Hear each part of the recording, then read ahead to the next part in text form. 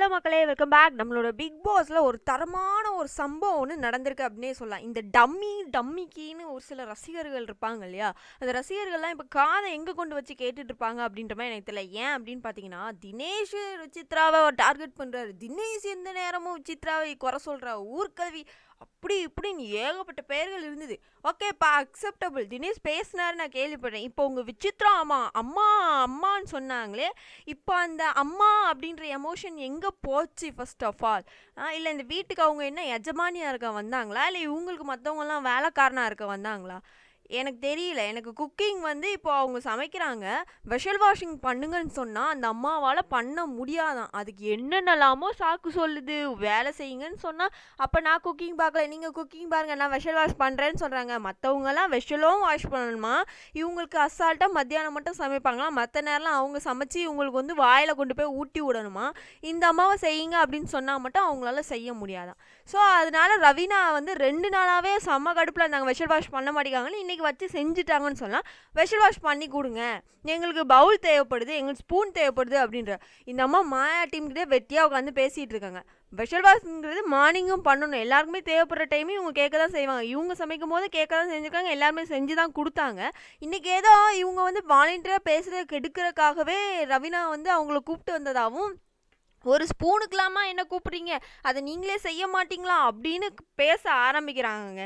அவங்கள பார்த்து ஒரு முறை இருக்குது பாருங்க. ஐயோ, இந்த அம்மா என்ன வாலண்டியராக உட்காந்துருந்து சம்பளம் வாங்கிட்டு போகிறக்கு வந்துட்டு இது அடுத்தவங்கள சொல்லுது அப்படின்னு நினைக்கும் போது அது அக்செப்டபிளே இல்லை அப்படின்னு சொல்லலாம்.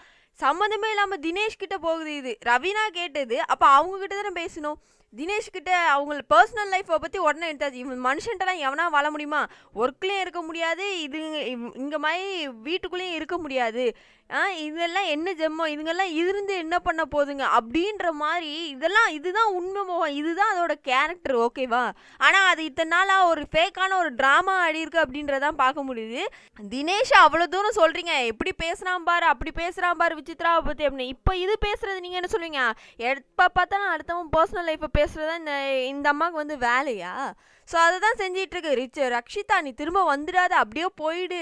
நல்ல வேலை தனியாக இருந்தாலும் நீ சந்தோஷம் இருப்பா, இந்த ஜென்மத்தோடலாம் இருந்தால் நீ எல்லாம் இருக்கவே முடியாது அப்படின்ற மாதிரி எத்தனமாக கீழ்த்தரமாக இறங்கி நின்று பேசிகிட்டு இருக்குது அப்படின்னே சொல்லலாம். ஒரு வெஷலை வாஷ் பண்ண சொன்னதுக்கு இவ்வளோ வார்த்தை இன்னொருத்தன் குடும்பத்தை இழுத்து பேசணுன்ற இந்த இடத்துல வந்து அவங்க நின்று பேசிகிட்டு இருக்காங்க அப்படின்றது தான் நம்மளால் பார்க்க முடிஞ்சுது அப்படின்னே சொல்லலாம்.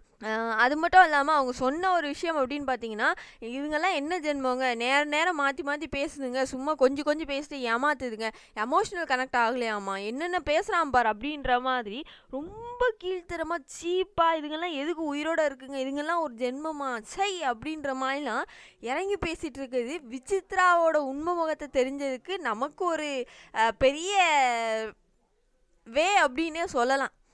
ஏன்னா இவ்வளோ சீப்பான ஒரு கேரக்டரை போயிட்டு இத்தனை நாள் உள்ளே இருக்கவங்களாம் அம்மான்னு கூப்பிட்ருக்காங்க பார்த்தீங்களா அப்படின்னு நினைக்கும் போது தான் கொஞ்சம் அது கேவலமாக இருக்குது அப்படின்ற மாதிரி ஃபீல் ஆச்சு. தினேஷை விட விசித்ரா அவர்கள் தான் ரொம்பவே டவுன் அப்படின்றத இன்றைக்கி அவங்க ப்ரூவ் பண்ணிட்டாங்க. இது வரைக்கும் தினேஷ் திட்டியிருக்காரு, பர்சனல் லைஃப் இழுத்து ஒரு நாள் திட்டினதில்லை. ஆனால் விசித்ராவுக்கு எவன் பர்சனல் லைஃப்பை வேணால் இழுத்து பேசுகிறது தான் அதோட கேரக்டர். ஸோ ஒரு வெஷலில் வாஷ் பண்ணணுமா, நான் வீட்டில் வேலை செஞ்சவங்க இதெல்லாம் செய்ய மாட்டேன் அப்படின்ற மாதிரி சொல்கிறாங்க. அப்போ என்ன வேலை செய்வாங்க இவங்க? சமைச்சிட்டு எல்லாத்தையும் வெட்டி கையில் கொண்டு போய் கொடுக்கணும், அந்த வேலையை மட்டும் செய்வாங்களா? 2 வெங்காயம் வெட்டணுன்னா அதை நானே செஞ்சேன், அவங்க செஞ்சாங்க. எல்லாத்துக்கும் ஆர்டர் போட்டு இத்தனை வெங்காயம் வெட்டுன்னு சொல்லி கொடுத்துட்டு போனாங்க, எல்லாருமே வெட்டி வச்சாங்க. 24 hours லைவ் பார்க்குறவனுக்கு தெரியும் அந்த அம்மா என்ன வேலை செய்யுதுன்னு. பட் இதுக்கு இவ்வளோ வார்த்தைகள் பேசணுன்ற அவசியம் கிடையவே கிடையாது. விசித்ரா செஞ்சது ரொம்ப கேவலமாக இருந்தது அப்படின்றத இந்த இடத்துல நம்மளால் பார்க்க முடிஞ்சு. இதை பற்றி நீங்கள் என்ன நினைக்கிறீங்க அப்படின்றத கமெண்ட்டாக பதிவு பண்ணிடுங்க.